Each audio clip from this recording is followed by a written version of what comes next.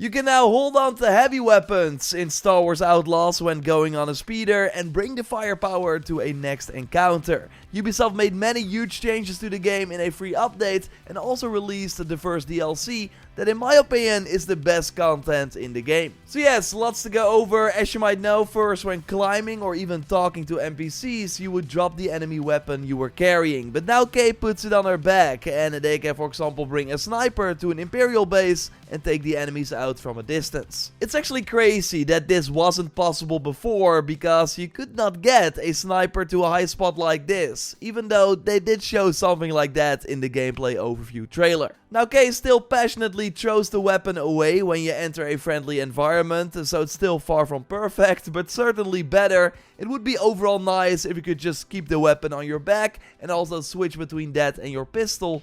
But hey, it's a step in the right direction. Like, this update is all about removing the restrictions that hurt your freedom and overall fun of the game. Every planet of course has these syndicate districts that you can enter if you have a good reputation, otherwise you have to sneak in. Now before the update you could not use your pistol in these areas and had to sneak around without being spotted, because if you got caught you would be thrown out of the area and had to try it again, which could get frustrating after a while. But now, after the update, you can still use stealth if you want, but the moment the enemies see you, you can grab your blaster and take care of them, which feels way more natural and less punishing. You can also start huge firefights in these districts, something that wasn't possible before because again, you could not grab your gun. But also my missions feel completely different because of this. First, when you would infiltrate an Empire base, high chance that you could not raise the alarm or it would cause a game over screen. Now doing that same mission after the update, the requirement has been removed, so you can go guns blazing, take everyone out or get spotted by the cameras without getting sent back to a recent checkpoint. The cameras in particular were very annoying as they sometimes were hard to spot, so then I would successfully clear out a space without raising the alarm,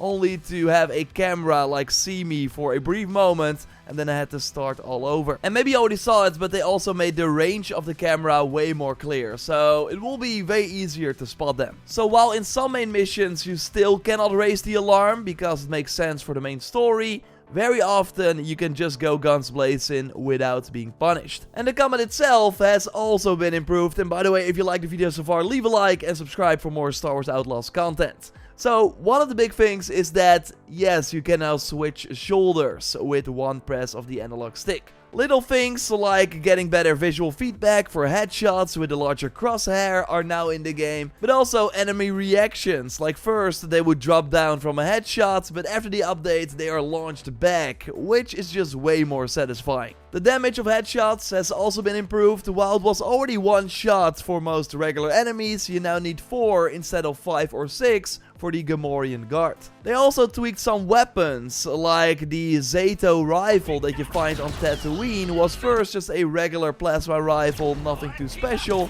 but now after the patch it's more a shotgun, with bullets hitting a wider radius, so it's better to use up close. But also your blaster modules have seen some upgrades. First, if you would use your power shot against cover, nothing would happen, but now if you do that, the enemy is pushed back, so you can easily finish them off. If you used the blast configuration with the charged shot, you would first also damage yourself by quite a lot if you used it up close, but now after the update you take 0 damage from this, which makes it way more powerful. Enemies now also take more damage after being stunned with the ion shot. The Gamorrean guard first took 7 headshots and now 3 after being stunned. And Ubisoft said that the stun duration should also be longer, but it's still 5 seconds in our testing. Enemies now also have better aims, so first they would shoot multiple times, but maybe one of those shots would hit, or they would just not shoot as often. Now they are a bit more aggressive with more precision shots, but the damage per shot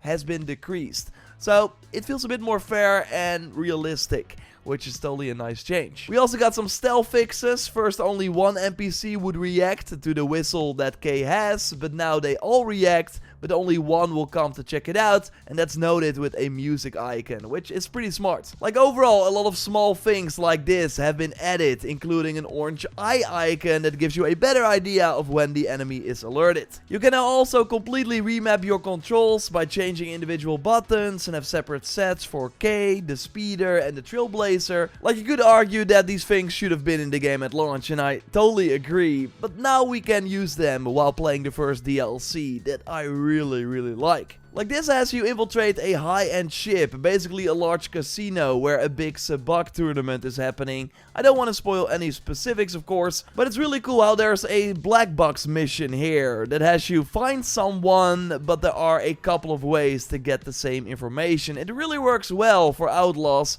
So I find it kind of wild that they did not implement this into the main story. The writing is also sharper, with very funny banter between characters. You don't look like a draw from the sand. Yeah, well, neither do you.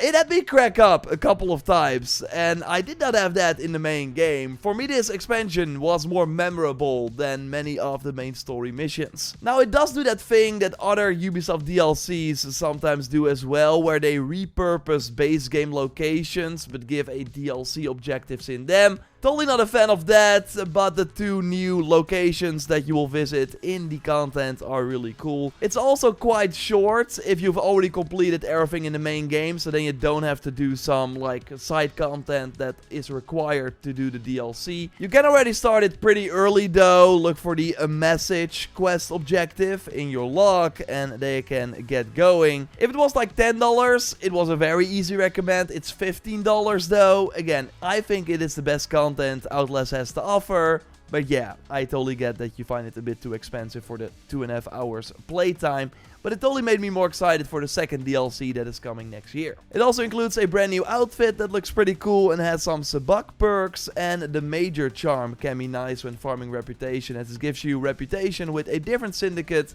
when you lose reputation of another one. Now, the DLC is also of course included in the season pass, or if you got the gold or ultimate edition, and if you got those editions or the season pass, you also got new outfits upon booting up the game with this update, and they are really awesome. My favorite is the Cartel Ronin with the amazing red belt and overall really unique look. It doesn't have any perks, by the way, just something you can equip in Transmog, and the Hunter's Legacy outfit is that Boba Fett knot with a similar chest armor looking pretty cool. Come on, Ubisoft, give Kay a helmet option as well. That would be awesome and create a lot of great armor sets. And they also released the Force Commando set that was a promotion for if you bought an Nvidia GeForce RTX 40 series before September 19th. Now you can get the set that is not that special for $5 if you want. Star Wars Outlaws is totally a much better game now than at launch, but for the new discounted price at $50 or more if you want that awesome DLC,